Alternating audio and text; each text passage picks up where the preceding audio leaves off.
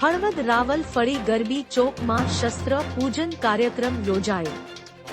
સમગ્ર ભારત દેશમાં નવલી નવરાત્રિ મહોત્સવની સાથે ઉજવણી કરવામાં આવી રહી છે।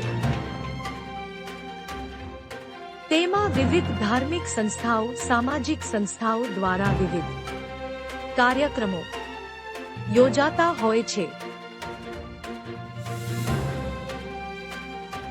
ત્યારે આજરોજ હળવદ આ શાસ્ત્ર પૂજનમાં હળવદ લક્ષ્મીનારાયણ મંદિરના મહંત શ્રી દીપ્તદાસજી મહારાજ ઉપસ્થિત રહેલ।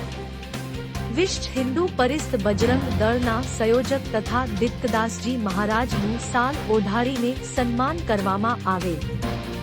આ કાર્યક્રમમાં રાવલફળી વિસ્તારના મોટી સંખ્યામાં લોકોએ શસ્ત્રોનું પૂજન કર્યું। રિપોર્ટર સંતોષભાઈ ઓગાણિયા, હળવદ।